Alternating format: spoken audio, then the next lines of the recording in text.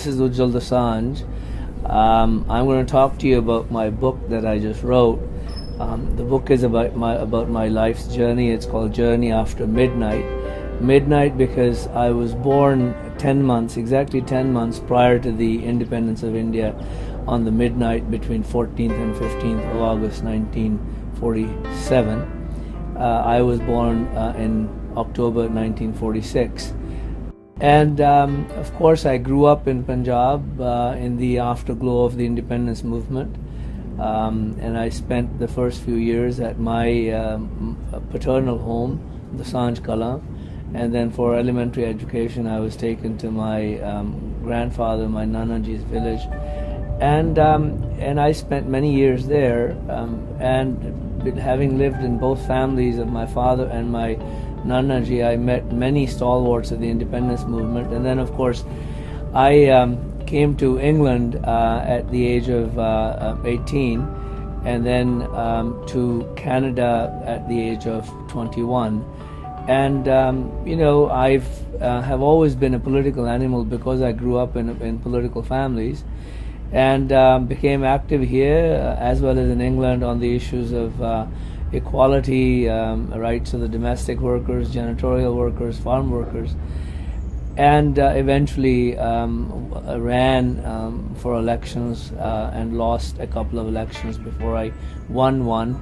And then I won several and became active, of course, in the NDP and federally in the Liberal Party, and became the Attorney General and the Premier of British Columbia and the Minister of Health. I felt it was important for me to put my journey into words. Many people over the years had asked me to write a book. I had spoken to a couple of publishers. In fact, one of them had spoken to me back in 2011, and both times, both in 2001 and 2011, the discussions with the publishers broke off for many reasons, and then I went back into politics, and I lost the election in 2011 and started renovating my home, started reading more, and my wife decided for me that I should be writing my own book and not expect anybody else to write it. Since a lot of people had told me I had a story to tell, and I felt that I could perhaps write it better than anybody else could on my behalf. And therefore I sat down. It took me a year and a half to write the book that's called Journey After Midnight. It starts with my childhood, goes through my life. There was a book earlier that had been written on my wife and my life by a common friend of ours who went to Langara College with us back in 1971. The name of that book is The Unbreakable. And I felt that I needed to put my own biography in my own words.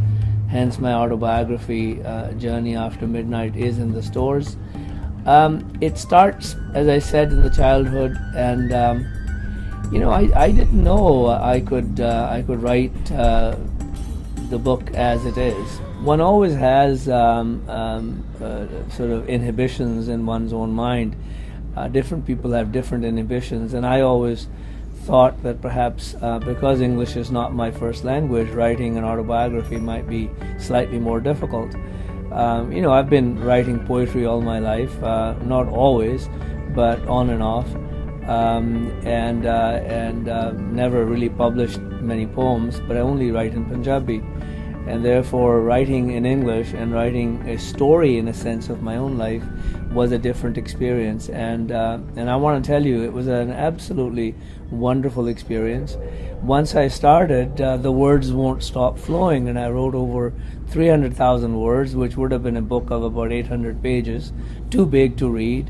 I'm a relatively unknown quantity, so not many people had read a book 800 pages long on my life, so I cut it down by 100,000, and then of course the editors and the publishers got in, and they chopped off another 100,000 words out of it, about 50,000 words out of it.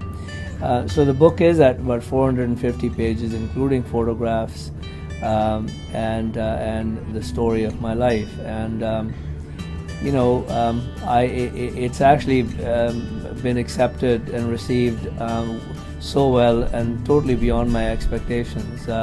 Because as an ESL child, a child whose language, English was second language, it is phenomenal for one to be able to write in another language and be accepted, and that kind of makes me very happy.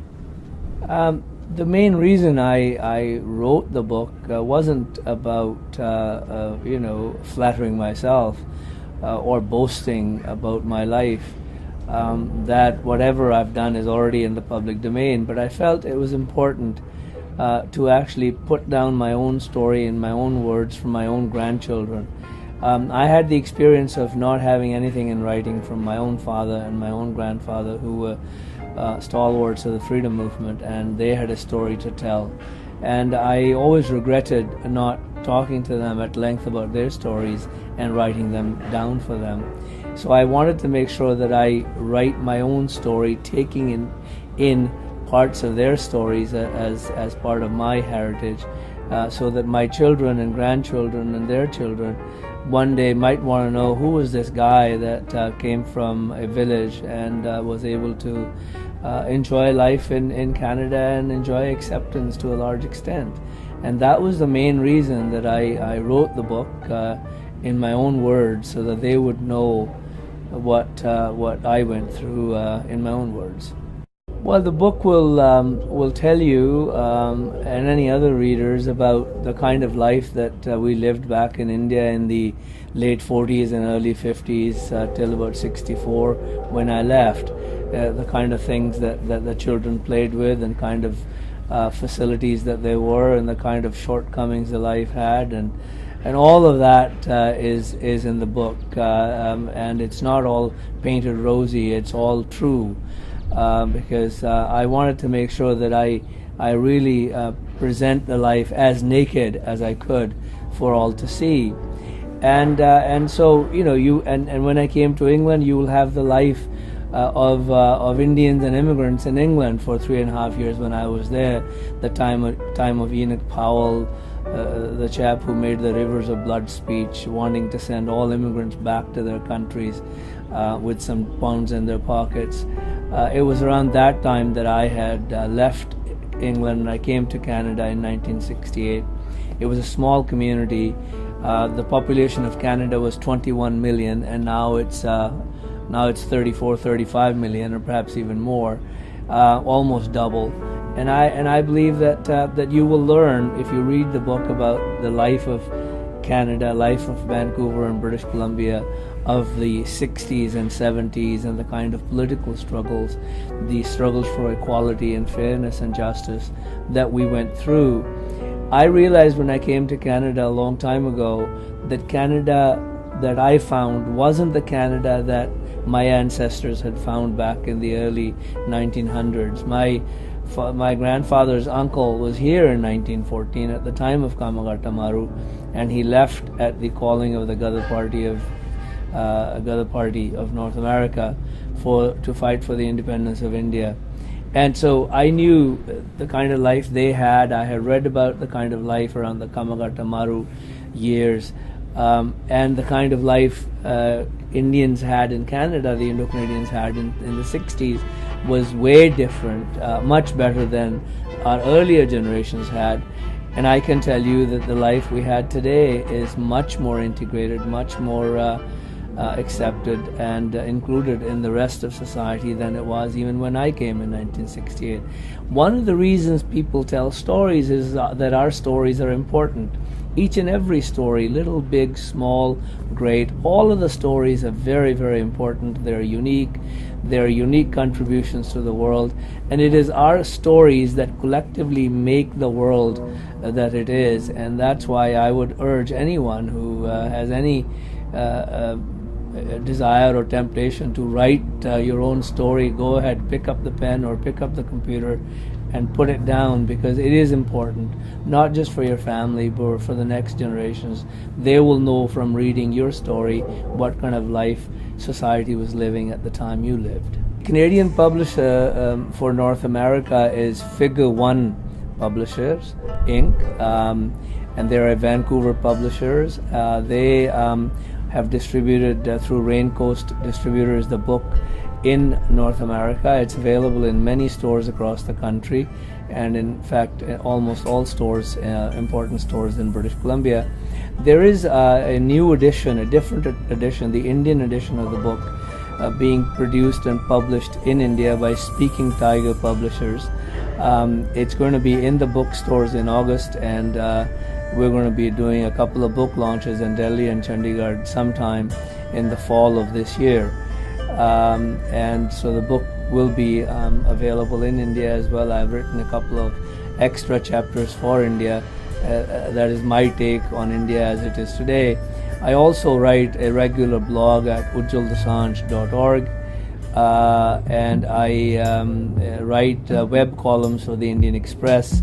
Sometimes they publish it in their print paper. Most of the time it's on the web, and I do so regularly. I've been doing it for the last 7 or 8 months, and they get published almost once a week. So I'm into writing, I'm having fun, and enjoying my grandchildren, enjoying my yard and garden in the back, and life is absolutely wonderful.